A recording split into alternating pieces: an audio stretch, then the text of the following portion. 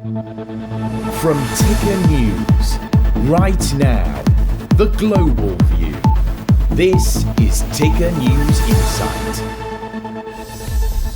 Hello and welcome back to Ticker News Insight, where we are looking to focus on the best of business from all around the world. I'm your host, Mike Loder, and to my latest story for the moment, and we are talking property.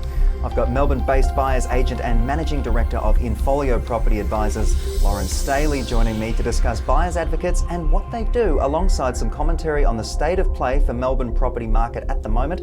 Lauren, thank you so much for joining me in the studio. Thanks for having me. So let's learn a little bit about you just to start, and of course Infolio Property as well.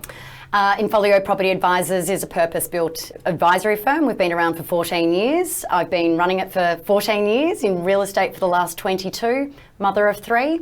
Amazing stuff, awesome. So there's so much advice out there, obviously. You could be at a barbecue getting advice from your uncle, your auntie and such. Can you demystify the benefit of using a buyer's agent for people out there who might still be on the fence or perhaps don't understand what they do? I know that buyer's agency is still seen as being a luxury service, but I would argue the point that you would never sell a property without engaging a real estate agent, so why would you buy one without having someone defending you? It's counterproductive to be buying the biggest and most important asset in your life without getting independent advice. And making sure somebody who knows what they're doing is involved. So what are the fees involved? Like you sort of mentioned there, it's considered a luxury. Does it have to be that sort of thing that's out of reach for so many people? No, it doesn't. I think most agents are providing different service models at the moment. So industry standard used to be charging a percentage of the purchase price. At Infolio, we don't do that. We've got a fixed fee model. For investors, it's a flat rate. And when we go to owner-occupiers, we fix our fee at the bottom of their budget, so that if we're looking at 2 properties and one is more expensive than the other, they don't get penalised by our fee by buying the more expensive property. Nicely done. Very good model. So when is a good time to buy is generally a question I like to ask folks in the property market. How are we sitting at the moment? We're on the tail end of 2022. Look, we've had 3 years of the most unusual property market I've ever seen. But my whole psychology about property is you just get in when you can.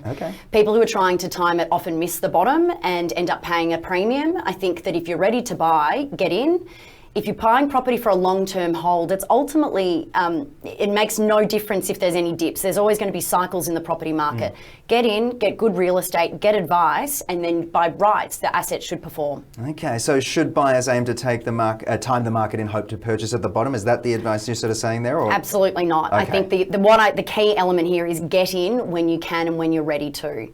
So most people have been looking to time the bottom of the market, but interest rates have gone up. So it means that they're really buying the same sort of properties. They're not actually getting a discounted price on the real estate because their lending has come back.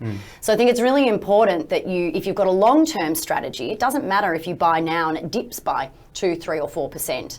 And it's also important to remember that in this current market, not everything is going backwards. You know, some properties are bucking the trend, and some property cycles and property markets, we've got mini economies within the property market. That's interesting and well said, and a little bit of optimism in there as well. So Lauren, can you outline some trends that are going on in the Melbourne property market at the moment that we're seeing, just for those watching at home? Yeah, I think if you're a buyer at the moment, the key element that we're seeing is that you've got the ability to negotiate much better terms.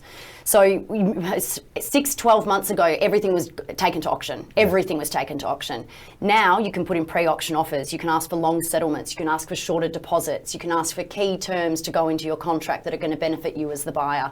We haven't seen that in a good 15 years. Fantastic, it's good to hear. And again, quite optimistic. So if people want to find out more about you, the work you do, of course, Infolio Property as well, where should they be looking? They should go to our website, infolio.com.au. Everything about our fees and services there, and my contact details are available as well. Awesome stuff from you, Lauren. Thank you so much for joining me in the studio. It's always good to speak to people face to face. Thank you.